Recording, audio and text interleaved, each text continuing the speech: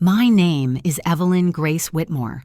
I am 60 years old, and what I am about to tell you will forever change how you see your own family. 3 days ago, my son Caleb and his wife Lydia pushed my husband Harold and me off a 90-foot cliff. As I lay there broken and bleeding, Harold's whisper cut through the wind, "Evelyn, don't move. Play dead." The worst part wasn't the fall. It was realizing in the beat between terror and silence that the child I raised had chosen to become our executioner. And then I saw Harold's old phone half buried in dust, the red record light still glowing like a pulse. It had caught their voices. It might yet save our lives. The air on the mountain ridge was thin and sharp, carrying the scent of pine and snow. Harold and I had followed our son Caleb and his wife Lydia up a narrow trail that twisted like a scar through the rocks. They told us this hike was a gift, a celebration of our 40th wedding anniversary. I wanted to believe them. I wanted to believe that after everything after the shadows that had stalked our family for decades, we still had something whole. But the truth arrived with a shove. I felt the sudden pressure on my back, firm hands against my shoulders, and then the ground disappeared. My body pitched forward into nothingness. The world tilted, the horizon shattered. I saw Harold beside me, his eyes wide, his mouth open, but soundless as the wind ripped past us. Behind us, framed by the jagged line of the cliff, stood Caleb and Lydia. Their faces were not twisted with grief or shock. They were calm, almost serene, as if they had rehearsed this moment for years. In that instant, my heart broke more than my body. I had carried Caleb in my womb for 9 months, sung him to sleep when fevers burned his forehead, forgiven his failures, defended him against gossip, and loved him with every fiber of my being. Now he had become my executioner. The fall lasted seconds, but inside those seconds was a lifetime.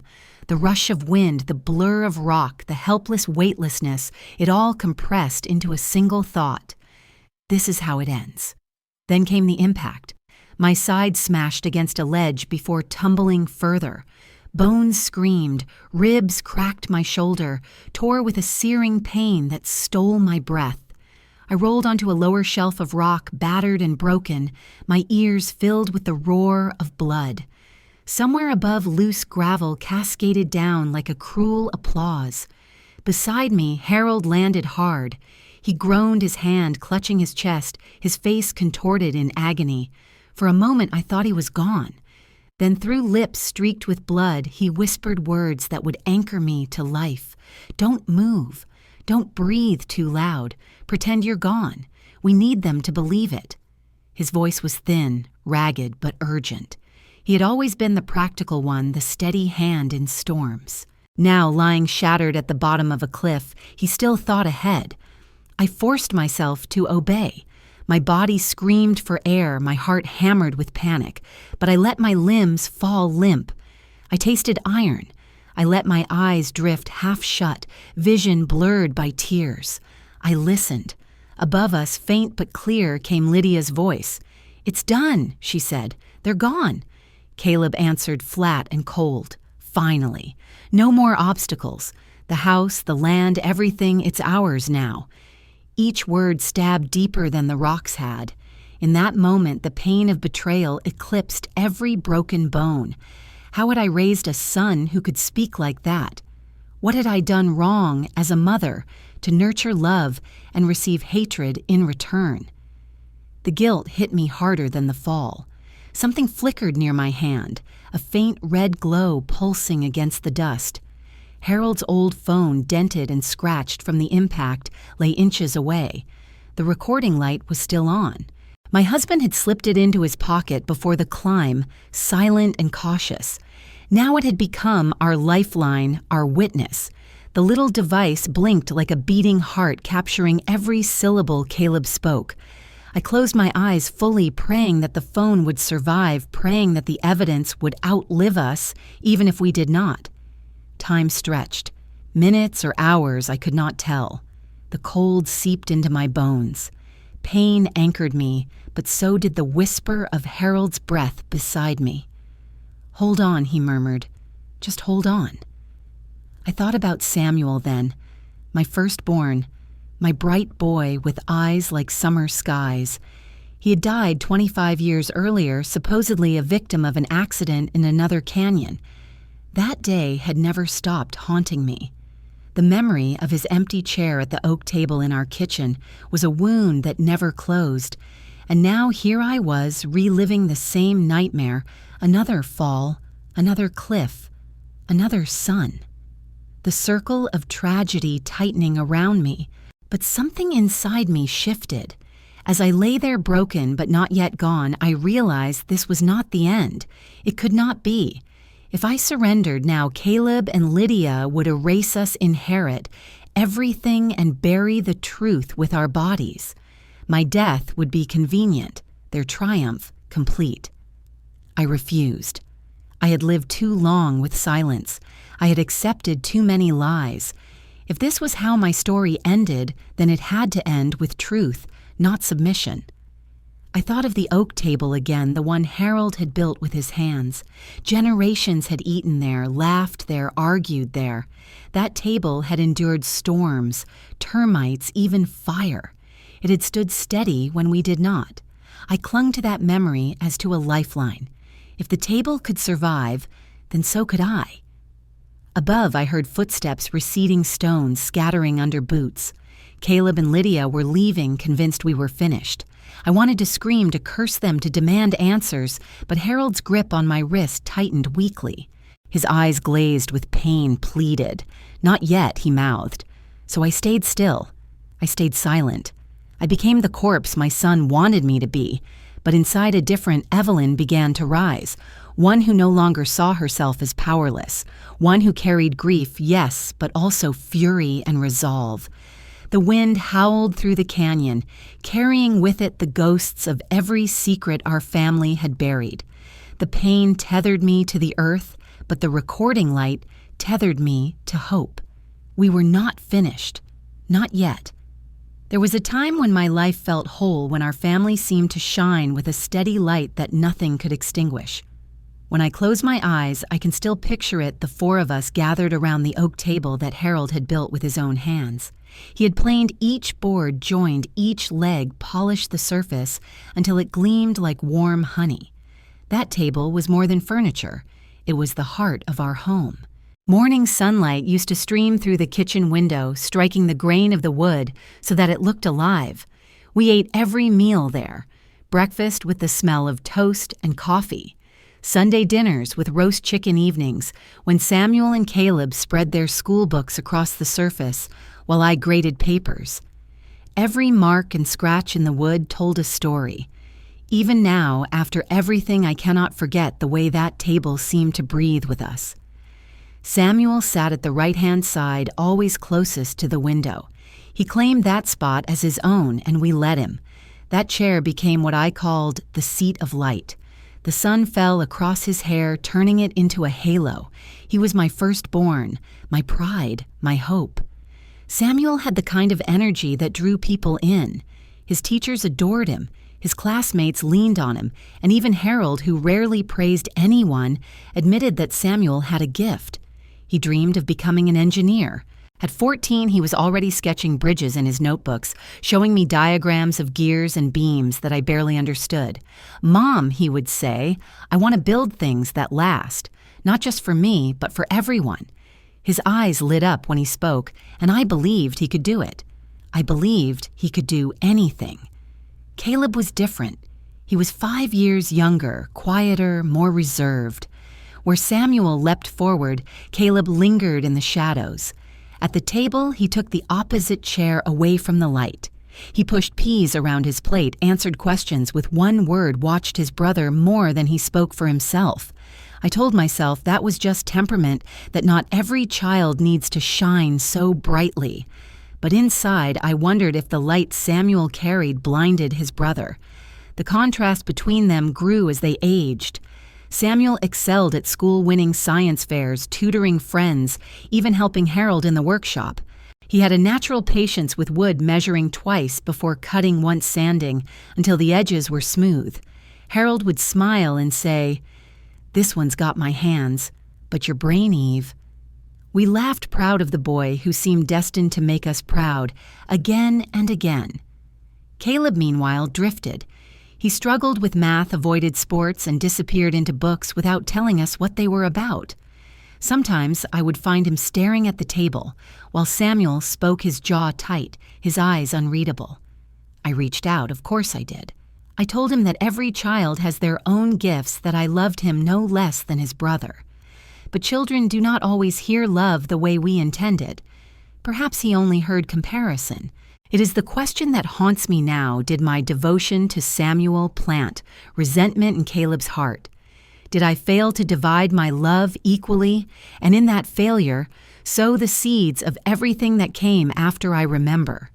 Nights when Caleb sat silently while Samuel described his plans, Harold nodding with approval. I remember Caleb leaving the table early, his chair scraping against the floor, the sound harsh and lonely. Did I chase after him enough? Did I hold him enough? Or did I let him slip deeper into the shadows because I was dazzled by the light of my firstborn? Our neighbors used to envy us. They would say, "Evelyn, you're blessed with 2 fine boys. You and Harold must be proud." And I was proud. I was grateful. But I also carried a quiet worry that I could not articulate. I prayed at night for Caleb, that he would find his path, that he would feel seen, that he would know my love even when words failed. I prayed, but perhaps I did not act enough. The oak table bore witness to it all. When Samuel showed us his acceptance letter to a summer engineering program, he placed it in the middle of the table, the ink catching the light. We clapped, we cheered, we planned for the future. Caleb sat in his usual place, silent. His fork tapped against the wood in a rhythm only he knew. Later, I found a small gouge under the edge of the table where his fork had dug in, a mark of frustration or maybe of anger hidden where no one could see. Harold, ever the optimist, told me not to worry. "Boys are different, Eve," he said. "One leads, the other follows. That's just how it is." But I could not shake the image of Caleb's eyes at that table, dark and restless, while Samuel shone like the sun. Now, when I think back, I see that table not as a symbol of unity, but as a stage.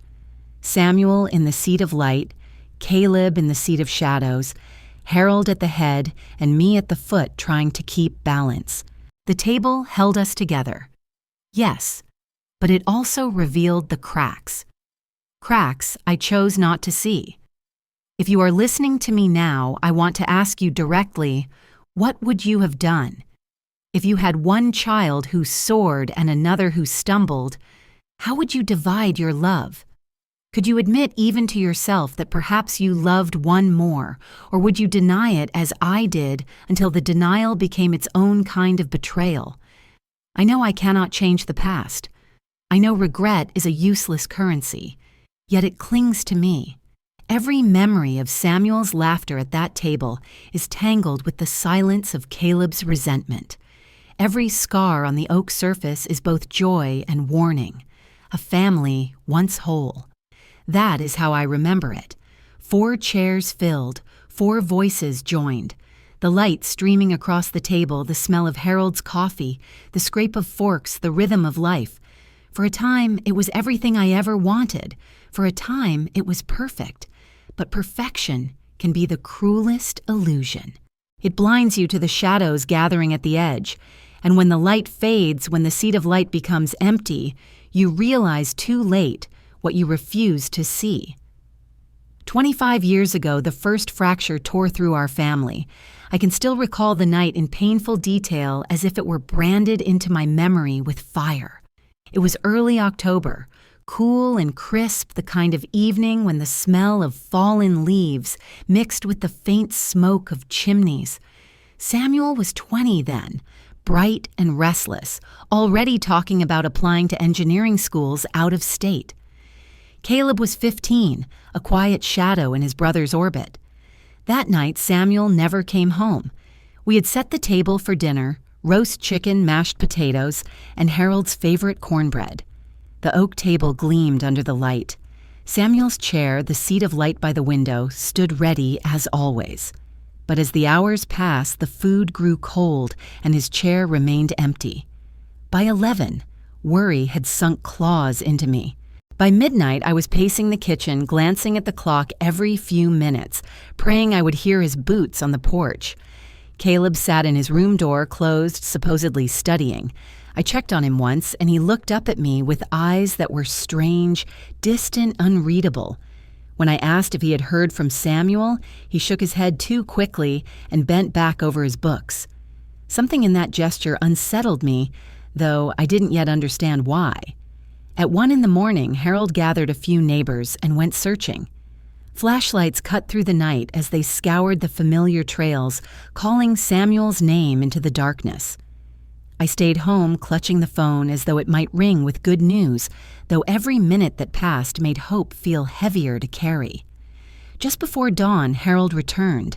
His face was ashen, his shoulders slumped in a way I had never seen. Behind him, 2 neighbors avoided my eyes. My heart knew before his mouth formed the words. They had found Samuel. His body lay at the bottom of the gorge outside town. The police said it was an accident. They told us Samuel must have slipped in the dark, maybe lost his footing on the loose rocks. Their voices were steady, professional, certain. But my world spun out of control. I clung to the official explanation because the alternative, the possibility of something darker, was too terrible to imagine. I told myself over and over it was an accident, nothing more. I needed to believe it to keep breathing. The funeral was the blackest day of my life. I wore my only black dress, the same one I had worn to my mother's burial. Rain fell softly, soaking into the earth as Samuel's coffin descended. My tears blurred the world until everything became a gray haze. I thought grief would crush me into the ground. Caleb stood beside me, strangely calm. While I sobbed until my throat was raw, he was silent, his face unreadable. His eyes were hollow, distant, as if he were watching from far away. People whispered that some mourn quietly, that his stillness was just shock. I tried to believe them, but even now, when I look back, that expression chills me. After Samuel's death, our house felt like a tomb. The laughter that once echoed off the walls was gone. The oak table, once the heart of our home, became a daily reminder of absence. The chair by the window, the seat of light, was empty. Every meal we ate there was shadowed by that vacancy. No matter how much food we prepared, no matter what prayers we said, nothing filled that space. It was a wound carved into the wood itself, a wound that never healed. I carried guilt like a second skin. Was I too hard on him that week? Did I fail to notice some sign of despair? Should I have gone looking sooner? My mind tormented me with questions that had no answers. At night, I lay awake beside Harold, listening to the silence where Samuel's voice should have been. Harold, for his part, withdrew. He worked longer hours in the shop, hammering and sawing as if he could pound grief into submission. He spoke little. When I tried to share my guilt, he would only murmur, "It was an accident, Evelyn. Nothing you could have done." But his eyes betrayed a heaviness, a silence so deep it frightened me.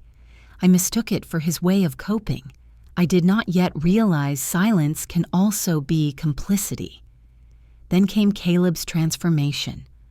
Almost overnight, he shifted from the withdrawn, brooding teenager into a son who seemed attentive and caring. He offered to help me with chores, carried groceries, asked if I was all right. He joined Harold in the workshop, sanding wood, fetching tools. At first, I thought it was grief channeled into responsibility, his way of honoring his brother by stepping into the space Samuel had left behind. But there was something missing from his gaze. He smiled when he handed me a cup of tea, but his eyes were void like windows into an empty house.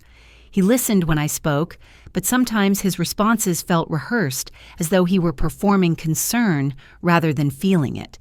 I ignored my instincts, grateful for any semblance of comfort. I told myself my surviving son was healing, that perhaps we could rebuild from tragedy. yet the motif of the empty chair haunted me. Each evening when Harold and I sat at the oak table with Caleb, Samuel's seat stood vacant. Caleb never once asked to sit there. He stayed in his usual place opposite, staring across the table at nothing. I wondered if he avoided the seat out of respect or fear, or if deep down he knew he could never fill the space Samuel had occupied. That empty chair became the measure of our lives. Guests would lower their voices when they saw it. Relatives would place their plates further away, as if proximity to that void would swallow them too. For me, it was both torment and memorial. I could not bring myself to remove it. To do so would feel like erasing Samuel, so it remained a permanent wound carved into our family's center. Looking back now, I see how easily grief can blind you. I wanted to believe in Caleb's sudden attentiveness to see in him the son I still had, rather than the shadow he had become. I wanted to believe Harold's silence was stoic endurance, rather than something darker. And I wanted to believe the police because if Samuel's death was an accident, then at least no one in my family bore the blame. But the truth was already stirring beneath the surface, coiled like a serpent, waiting to strike. Years passed after Samuel's death, though grief never truly left our home. The empty chair by the oak table became part of our daily life, a ghost sitting with us at every meal. Yet life moved forward, as it always does. Caleb grew into adulthood, and with adulthood came changes that seemed, at first, like healing. He met Lydia at a church picnic in town. I remember her smile warm and practiced the way she approached me with a plate of cookies and called me Mrs. Whitmore in that sweet voice.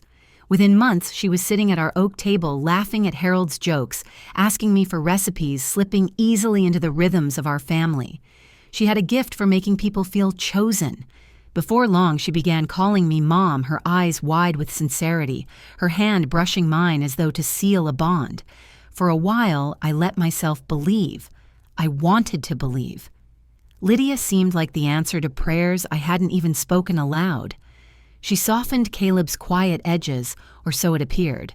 She encouraged him to open a carpentry shop of his own, telling everyone he had inherited Harold's gift with wood. Together they had 2 children, beautiful little ones who brought laughter back into a house that had long been silent. When they visited, the sound of toys clattering on the floor and small feet running through the hall almost convinced me that the wound left by Samuel had finally begun to close. But beneath the sweetness, my instincts whispered caution. Lydia's compliments sometimes lingered too long on our home, our land, our savings. She asked questions that seemed harmless. How old is this property deed? Or, do you have life insurance just in case, always with a tone of concern, always framed as love? I tried to dismiss my unease. After all, wasn't it natural for a daughter-in-law to care about her family's future? Harold certainly thought so. He welcomed Lydia with open arms, charmed by her affection. "She's good for him, Evelyn," he would say as he wiped sawdust from his hands after a long day in the workshop.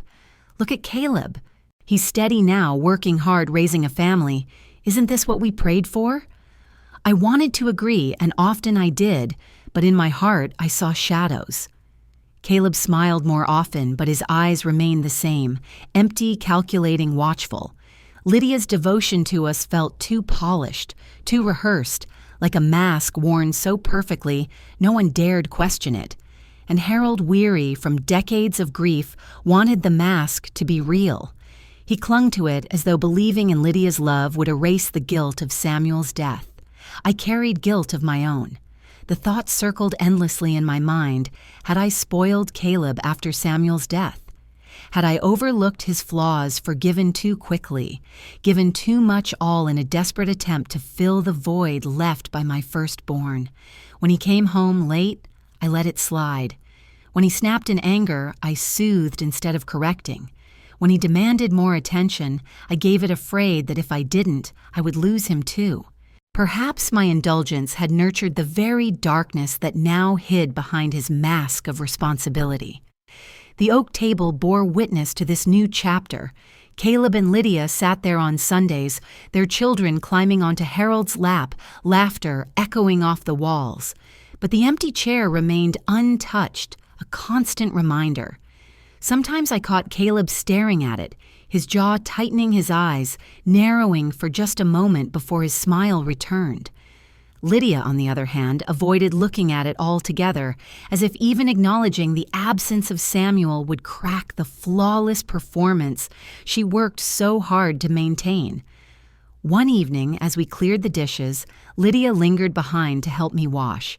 She slipped her arm through mine and whispered, "You know, Mom, you've built such a beautiful home here. I hope one day we can carry on this legacy for you." Her voice was honey, but my skin prickled. Legacy, inheritance, words that struck chords of warning deep inside me.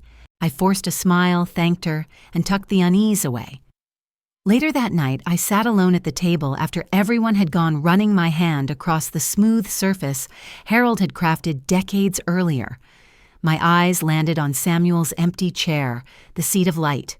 In that silence, guilt pressed down heavier than ever. Was it my fault that the son who remained had become someone I did not trust? Had I given him too much excused, too much loved him too much in all the wrong ways? If you were in my place, would you admit it? Would you look at your surviving child and wonder whether your own hands had shaped the mask he wore? Would you confess that love, when uneven, can be as dangerous as neglect? I do not know the answers.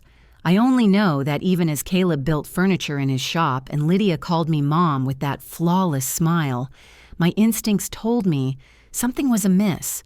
It was like hearing a faint ticking under layers of wood, subtle, hidden, but certain to split the grain one day. Harold chose to ignore it.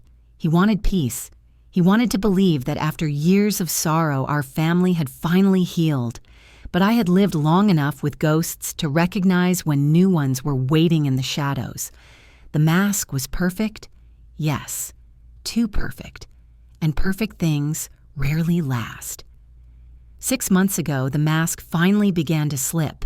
For years, I had forced myself to accept Caleb's new life with Lydia, their children, and the shop that carried our family name. I told myself this was stability, this was redemption, this was healing. But then came the day they pressed papers into our hands, and I understood that what looked like love was in truth a plan. It started innocently enough, or so it seemed. Lydia arrived one Sunday afternoon with a manila folder tucked neatly under her arm. She set it down on the oak table with that flawless smile and said, "Mom, Dad, Caleb, and I think it's time you update your will. It's only responsible." Her hand lingered on the folder, stroking it as though the property deeds inside were velvet. I saw the glint in her eyes, sharp, hungry, calculated. Harold shifted uncomfortably but said nothing. I looked at Caleb, waiting for him to contradict her to soften her bluntness, but he only leaned forward, his voice firm. "It's the right thing to do. Samuel is gone. Lydia and I should be the heirs. It will simplify everything." The words struck like a hammer. He did not flinch when he spoke Samuel's name. He did not lower his voice or soften his demand. He said it as if inheritance were a transaction, as if the empty chair at our table no longer carried weight. We agreed reluctantly to meet with an attorney the following week. His name was Jonathan Reed, a thin man with wire-rimmed glasses and a cautious smile. He welcomed us into his office lined with shelves of thick law books and offered coffee. Lydia declined with a polite laugh, but her eyes never strayed far from the stack of documents Jonathan placed before us. Jonathan explained our options carefully, as though speaking to fragile clients who needed clarity. A will, he began, is the simplest document. It dictates how your assets are distributed after death. But keep in mind, wills go through probate. That process can be costly, time-consuming, and public. He tapped his pen gently against the table. A trust, on the other hand, can bypass probate. It allows you to set conditions for inheritance, protect privacy, and in some cases, reduce taxes. I nodded, absorbing the information, though my heart pounded. Harold asked few questions. He stared at the floor, his hands folded tightly together. And then Jonathan continued. There is power of attorney. That grants authority to someone you trust to make financial and legal decisions on your behalf if you are unable to do so yourself.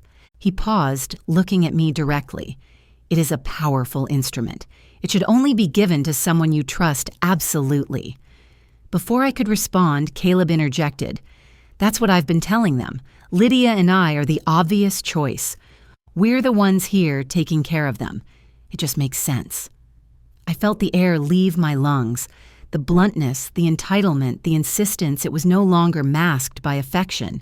It was naked ambition laid bare in front of a stranger.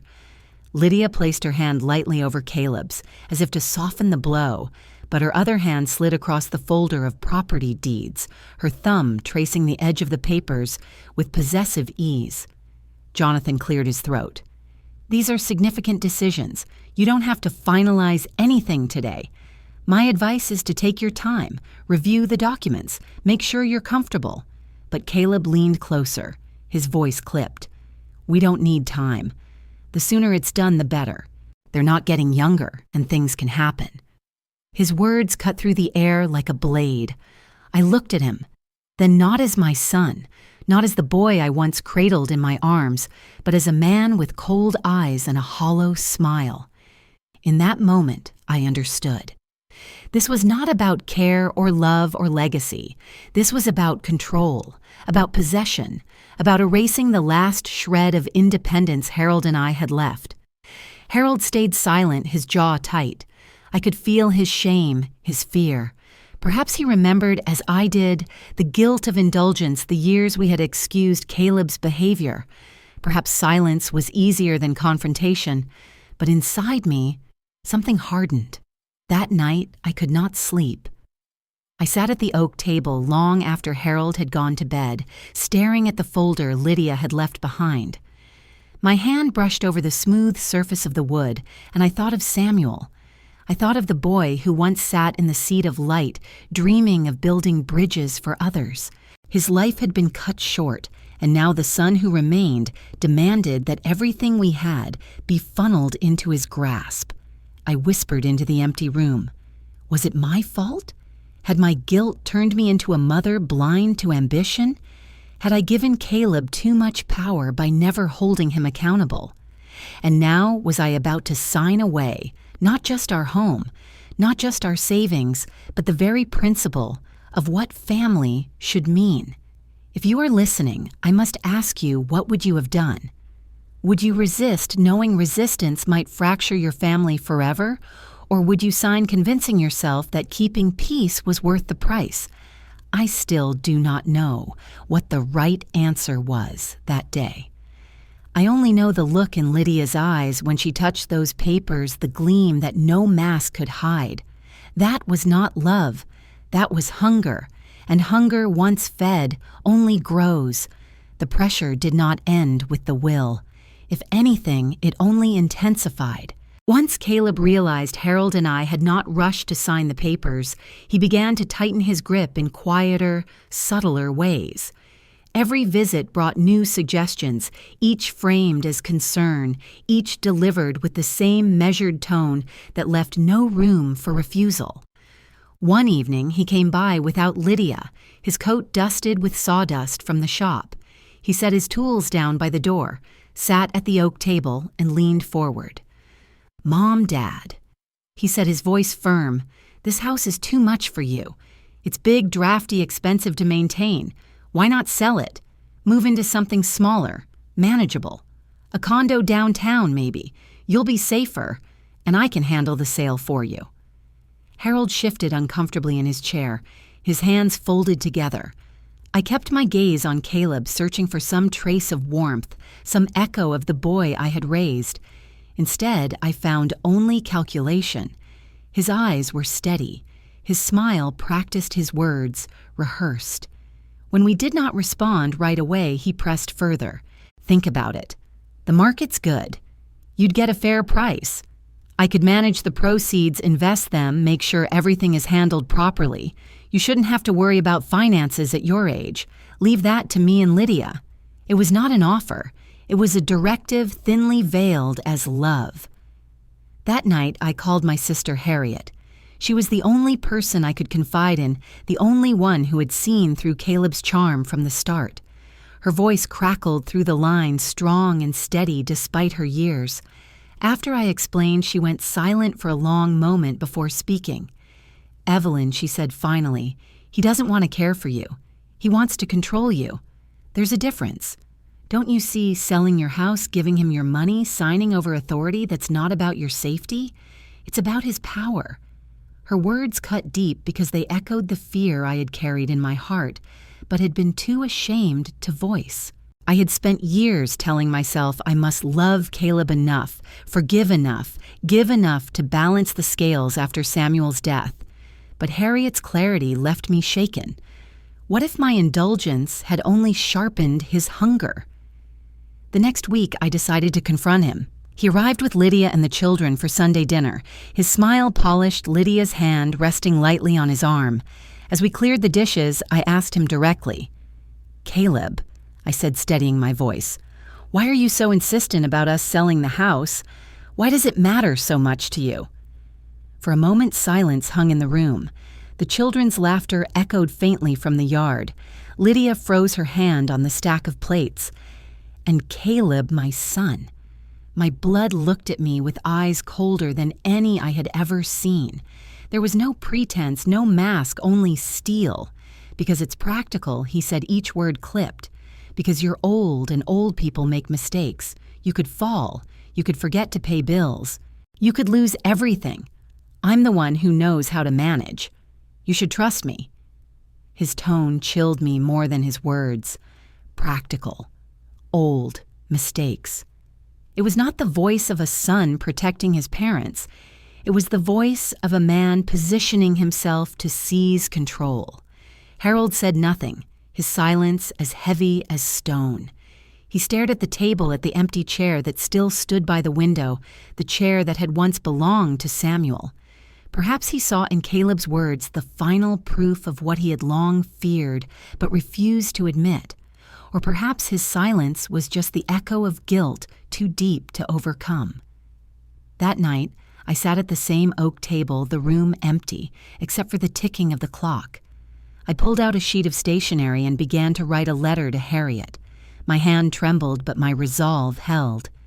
"Dear Harriet, if anything happens to me, if I vanish, if you stop hearing my voice, know this. Caleb has been pressing us to sell the house, to sign over finances, to give him control. Lydia encourages him with eyes that shine, not with love, but with greed. I fear what they might do if we resist. Keep this letter. Use it if you must. Let no one say we were blind." I folded the page carefully, sealed it in an envelope, and tucked it into my desk drawer. My heart pounded as I slid it beneath a stack of old bills, knowing Harriet would find it if I asked her to, knowing it was my only insurance. If you are listening to me now, I must ask you, what would you have done? Would you confront your child and risk their wrath? Or would you remain silent, hoping obedience would keep you safe? Would you write that letter, admitting to yourself that your own flesh and blood might mean you harm? I wish I had answers. Instead, I only had fear, guilt, and the sound of Caleb's cold voice echoing in my mind. The voice that told me I was old. The voice that told me I was weak. The voice that no longer sounded like my son. The suspicion was no longer just a whisper in my heart. It was a shadow stretching across every corner of our home. And deep down, I knew shadows always conceal something darker, waiting to emerge. It was late the kind of night when silence feels heavier than stone. Harold and I sat at the oak table, the same table that had carried every joy and every scar of our lives. The lamp cast a pale circle of light across its surface, illuminating the scratches, the stains, the memories. I could hear the ticking of the clock, steady and relentless, as though it were counting down to something I could not yet name. Harold's hands trembled slightly as he folded and unfolded a napkin.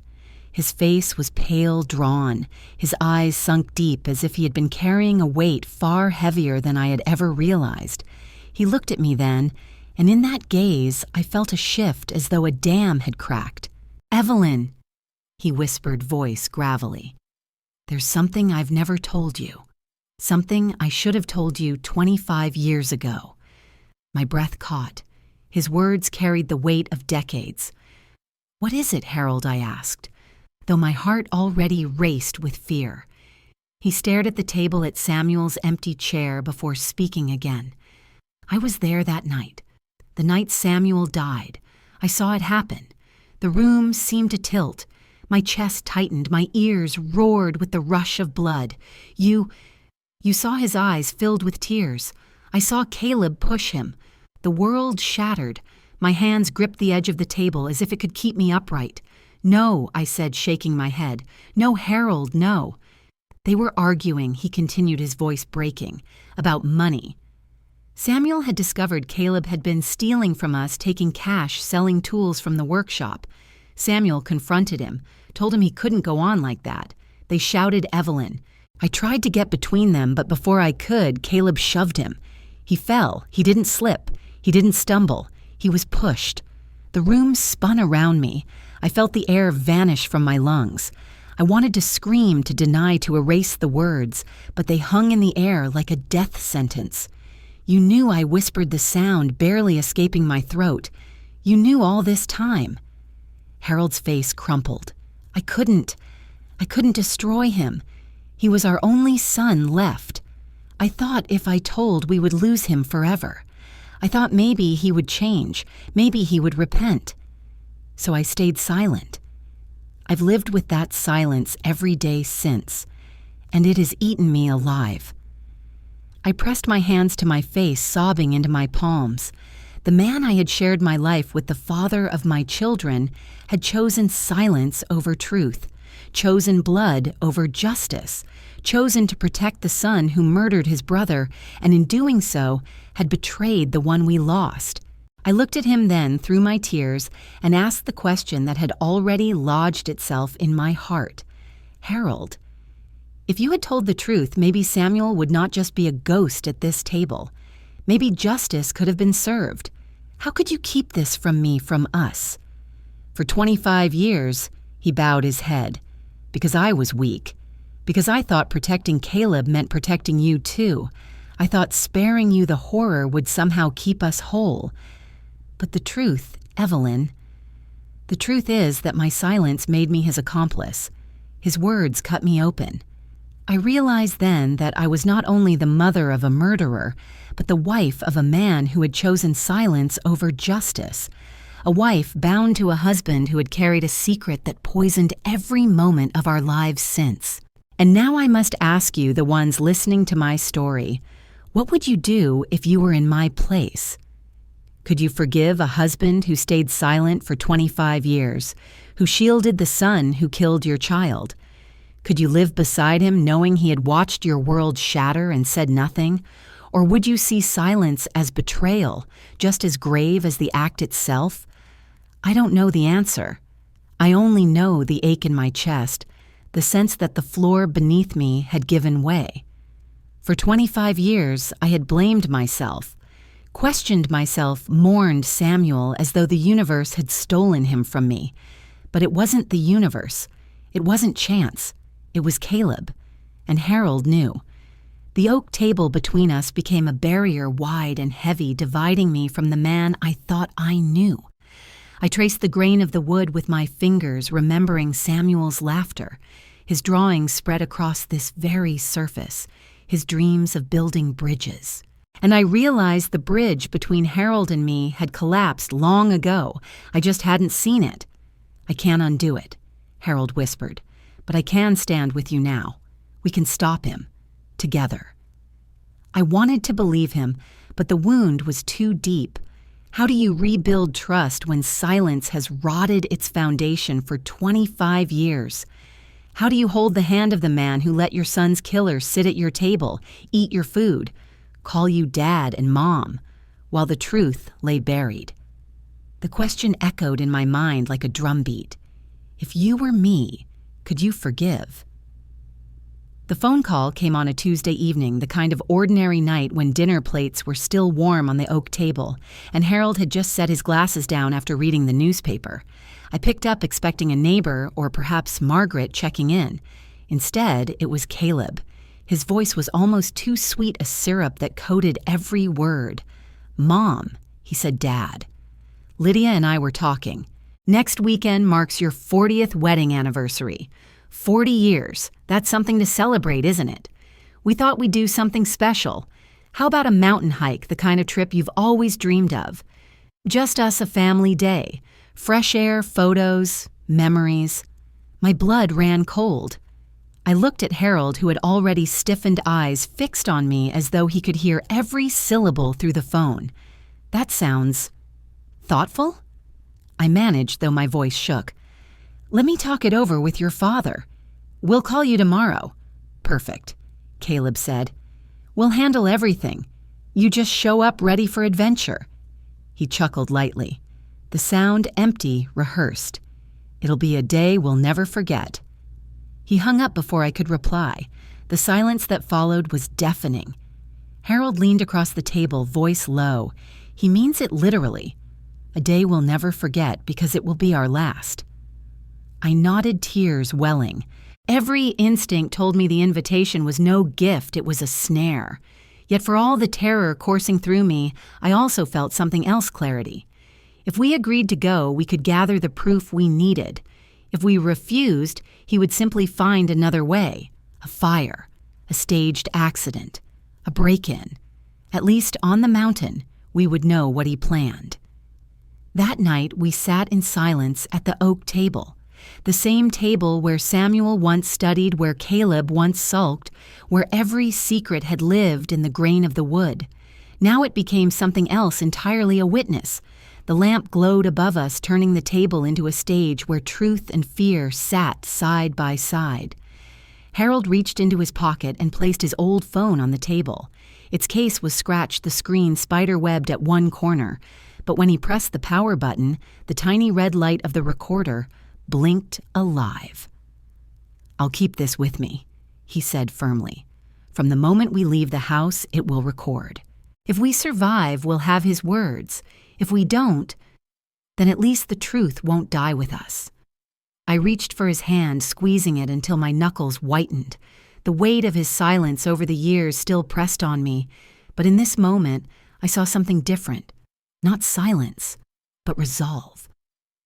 Later that evening, I opened the drawer where I kept my stationery. I took out a sheet of paper and wrote to Margaret, my oldest friend. "Margaret, if you are reading this, it means something terrible has happened. Caleb has pressured us to change our will to hand over everything. He has grown dangerous. We believe he intends to harm us. If we do not return from the trip he has planned, know that it was no accident. Show this letter to the authorities. Do not let our story be buried." I folded the letter carefully, slipped it into an envelope, and sealed it with shaking hands. Then I placed it inside the small wooden box Harold had carved years ago, the one where we stored birth certificates, insurance policies, the fragments of our lives. The box was solid oak like our table, as if the wood itself carried the memory of our family. When I set the box back on the shelf, I whispered a prayer, that if we did not come home, the box would speak for us. The days crawled toward Saturday. Each one felt like a countdown. Caleb and Lydia visited midweek, carrying shopping bags with supplies, snacks for the hike. Lydia chirped, setting cookies, bottled water, and fruit on the counter. Her smile was wide, her hands delicate as she stroked my arm. But when she glanced at the property folder resting on the counter, her eyes glinted with something far colder than affection. "We're so excited," she said, and for a moment I thought she might burst from rehearsed enthusiasm. A day in the mountains will be unforgettable. Harold nodded politely, but I saw the tension in his jaw. The phone in his pocket was already armed recording.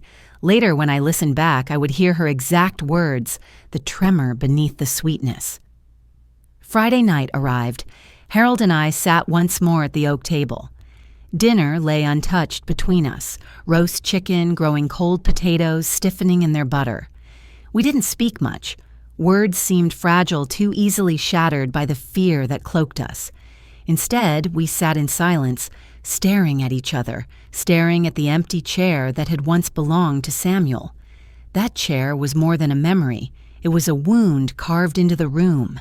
Every time my eyes landed on it, I felt the weight of what we had lost, of what had been stolen by the very son who now plotted our deaths. Finally, Harold spoke. Tomorrow we walk into his trap, but we walk with eyes open. He tapped the phone gently, and with this light on, the red glow blinked, steady, unyielding. I touched the letter I had written to Margaret, hidden away, but close enough to feel its presence. 2 safeguards, 2 witnesses, the phone and the paper, the oak table and the box. If the mountain became our grave, then at least the truth would have anchors to hold it to the world. That night before bed, Harold wrapped his arms around me. "Evelyn," he said softly, "whatever happens, know that these 40 years with you have been worth everything. Even if tomorrow ends us, I would not trade one day." I buried my face in his chest, breathing in the familiar scent of wood and sawdust that had clung to him since the day I met him. My tears soaked his shirt, but I let them fall. Tomorrow we might not have the chance. When we finally turned off the light, the oak table remained in the dark behind us, silent but resolute. It had witnessed our joys, our grief, our silence, and now our preparations for the unthinkable. And as I closed my eyes, one thought pulsed in my mind. Tomorrow we would step into Caleb's world, but we would not step unarmed. The morning of the hike carried a silence that felt unnatural, as though the world itself was holding its breath. Harold and I dressed in layers, sturdy boots on our feet, and packed the small backpacks Caleb had insisted on providing. I touched the old phone in Harold's pocket before we left, feeling the faint hum of its recorder. The red light blinked steadily, a fragile flame of truth in the dark we were about to enter. Caleb and Lydia arrived promptly, smiling too wide, their SUV polished and gleaming as though it were a chariot. Lydia waved like an actress stepping onto a stage. Ready for adventure, she sang, her camera hanging around her neck. I forced a smile, as ready as we'll ever be.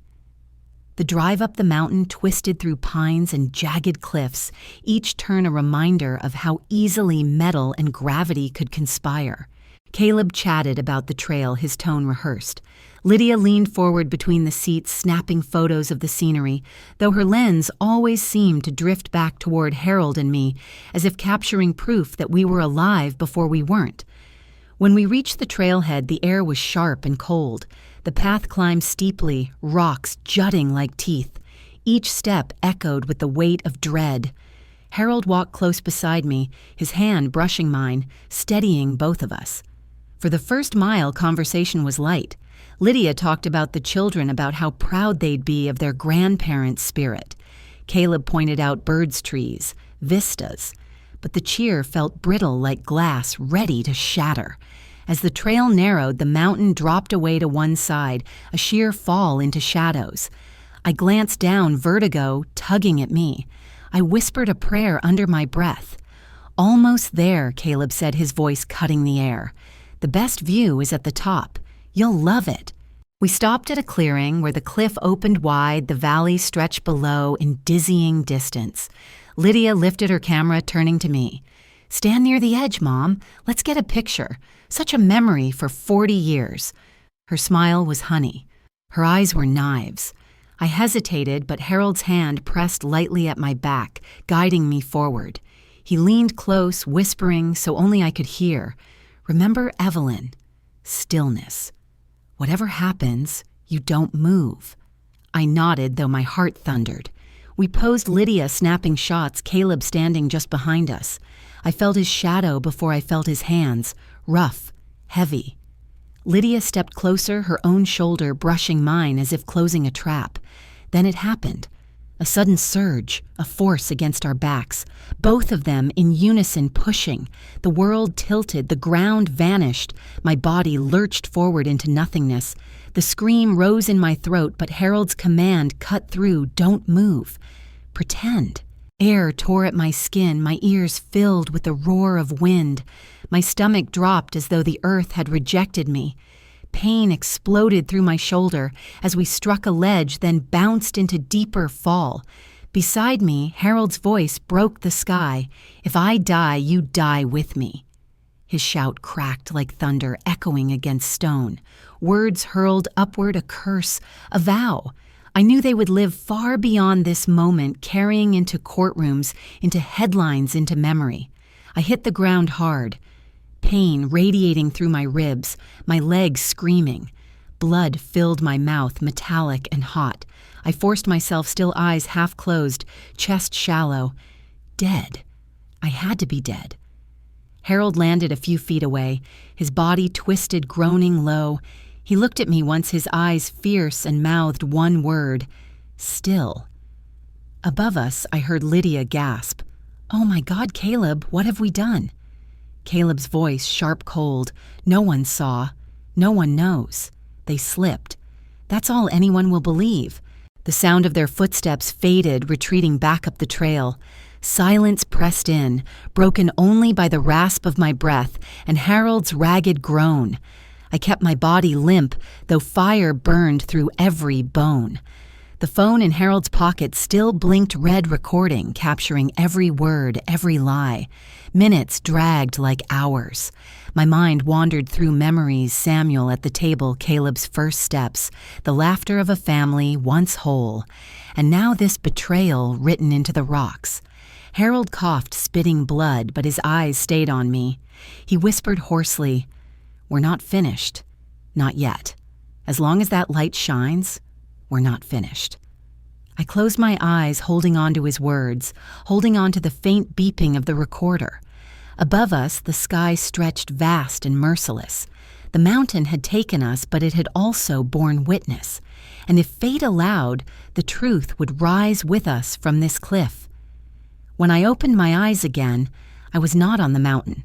I was in a hospital bed surrounded by antiseptic smells and the steady beeping of machines. My body ached and every bone ribs bandaged, tight leg in a cast. For a moment I thought I had crossed into another world, but then I saw Harold in the bed beside mine, pale but breathing, and I knew we had survived. A nurse leaned over me.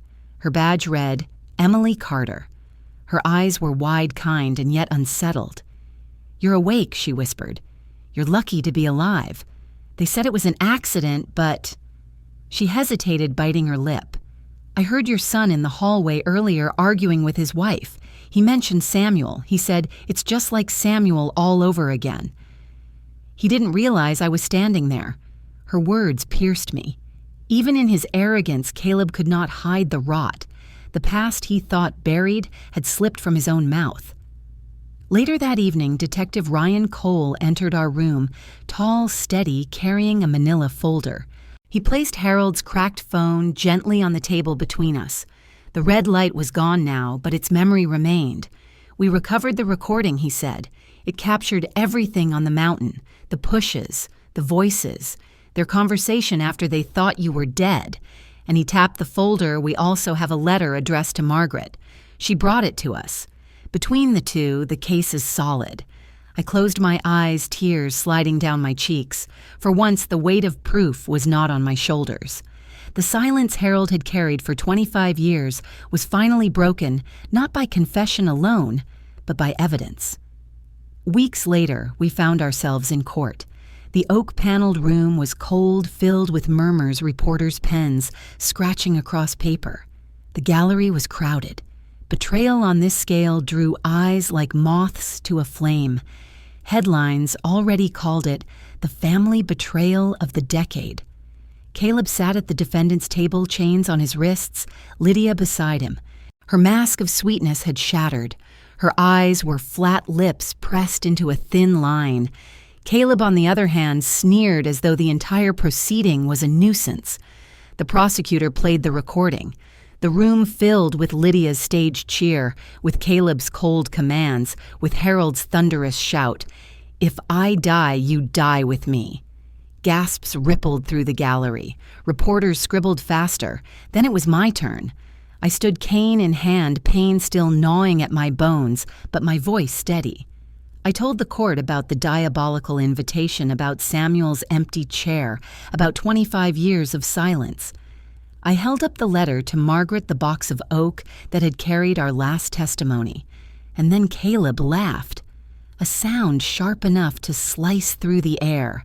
He rose suddenly, shackles clanking, and his words lashed across the room. "Don't you get it, Mother?" he spat. "Your real son died 25 years ago. Samuel was your golden boy, your perfect dream. I killed him. And the one standing here," he struck his own chest, "was never your son. I was your monster, and you fed me with your pity." The courtroom froze. His voice echoed against the walls, reverberating with something feral. Reporters nearly dropped their pens in shock. Some crossed themselves. Others stared as though staring into the abyss. The judge banged his gavel. Order restored, but the words lingered, burned into every mind. Caleb had revealed himself naked and venomous. The mask was gone forever. When the verdict came, it was swift. Guilty. Both Caleb and Lydia sentenced to life imprisonment without parole. The gavel fell like the closing of a coffin. Outside, the Denver Herald ran its headline, "Family Betrayal of the Decade Parents, Survive Murder Plot by Their Own Son." Our faces were blurred in the photos, but the story spread a cautionary tale carried into homes far beyond our own. In the months that followed, Harold and I returned to our house. We moved slowly, bodies still healing, but together. The oak table waited for us, silent as ever, its scars unchanged. But the silence felt different now, not heavy with secrets, but open-ready. Our grandchildren came to live with us. Two young souls who had been pawns in their parents' ambition now found safety under our roof. I set their books on the oak table, the same surface where Samuel once sketched, where Harold once fixed toys, where Caleb once brooded. The empty chair was filled again, not with ghosts, but with laughter pencils scratching the hopeful noise of life beginning again. One evening, as they bent over homework, Harold placed his hand on mine. His palm was rough, but warm. "We lost much," he said quietly. "But maybe we found more than we thought possible." I looked at the children, their heads bent close together, and felt something rise in my chest, not the old guilt, not the ache of betrayal, but a softer strength. That night I wrote in my journal, "Blood does not define family. Love and kindness do, and it is never too late to begin again." I whispered those words aloud, letting them settle into the air, letting the oak table absorb them as it had absorbed everything else. And for the first time in decades, I felt the weight lift.